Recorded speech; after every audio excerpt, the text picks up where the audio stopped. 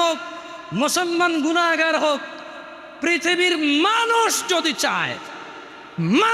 যদি চায় তার গুনাহকে নেকিতে পরিবর্তন করবে, ও যেই ধর্মেরই হোক না কেন, যেই দিনেরই হোক না কেন, সেম প্রসেস শিখাই দেব, জানাই দেব যে হিন্দু লোকটা যদি তার শিরকের গুনাহকে নেকিতে পরিবর্তন করতে চায়, ওই যে লোকটা যে আল্লাহর সাথে শিরক করে নিজেকে মুসলমান বলে মাজারে গিয়ে চিন্তা দেয়, ওই যে লোকটা নিজেকে মুসলিম বলে আল্লাহ ব্যতীত অন্য কারোর জন্য জবেহ করে, এই লোকগুলো তাদের গুনাহগুলোকে কিভাবে নেকিতে পরিবর্তন করবে শিখাই দেব।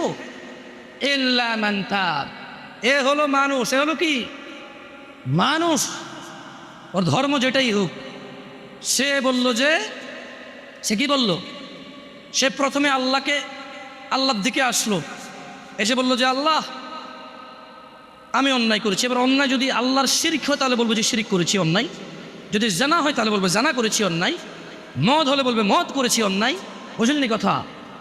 আল্লাহর কাছে এসে বলবে আল্লাহ শিরক করতাম আর করবো না, মদ খেতাম আর খাবো না, জানা করতাম আর করবো না, এই ধরনের যে কোনো অন্যায় বলবে যে আল্লাহ এটা আর করবো না। তো আল্লাহ বলছে ইল্লা মান তাব, যেটা অন্যায় অপরাধ যেটাই হোক, ওই সেম অপরাধ থেকে সে কী করলো, ফিরে আসলো।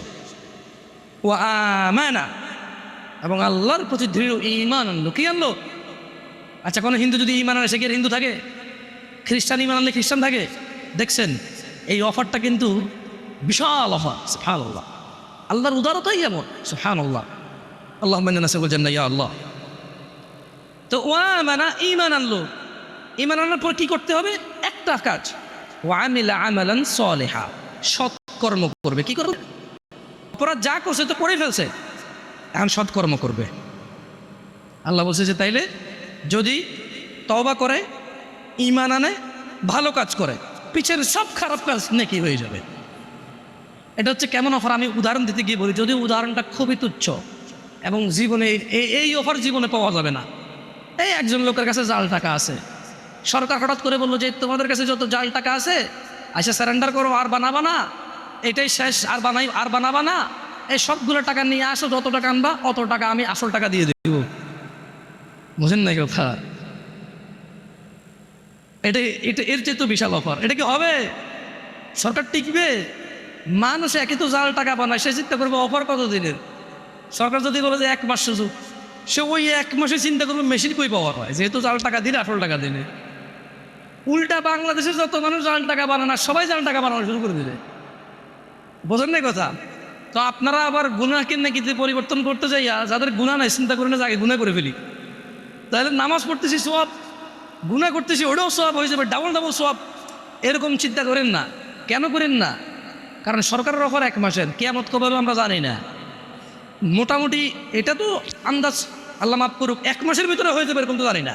কারণ আলামত যেগুলো আপনার নবী বলে গেছে এখনো বাকি আছে। এখনো কি মানে ওই সূত্র থেকে যে নলেজ সোর্স পাওয়া যায় এখনো মোটামুটি অজানাই আমাদের, কি এবং আন্দাজের বাইরে কত দিন পরে কিয়ামত আসবে এখনো আমাদের কি, যত ওয়াজ মাহফিল শুনেন অমুক কিয়ামত হয়ে যাবে অমুক, এগুলো আসলে সঠিক না। এখনো যে আলামতের কথা আছে আন্দাজের বাইরে। কিসের বাইরে? অ্যাটলিস্ট আমাদের 60-70 বয়সের জীবনের আন্দাজের বাইরে। ওয়াল্লাহ বাকি আল্লাহ ভালো জানে, কে ভালো জানে। সো ওই গুনাহ করতে যাই যে গুনার যে নেকিতে পরিবর্তন করার চিন্তা করলে, গুনাহ অবস্থা যদি মরে যান তাহলে কিন্তু অবস্থা খারাপ হয়ে যাবে। অবস্থা কি?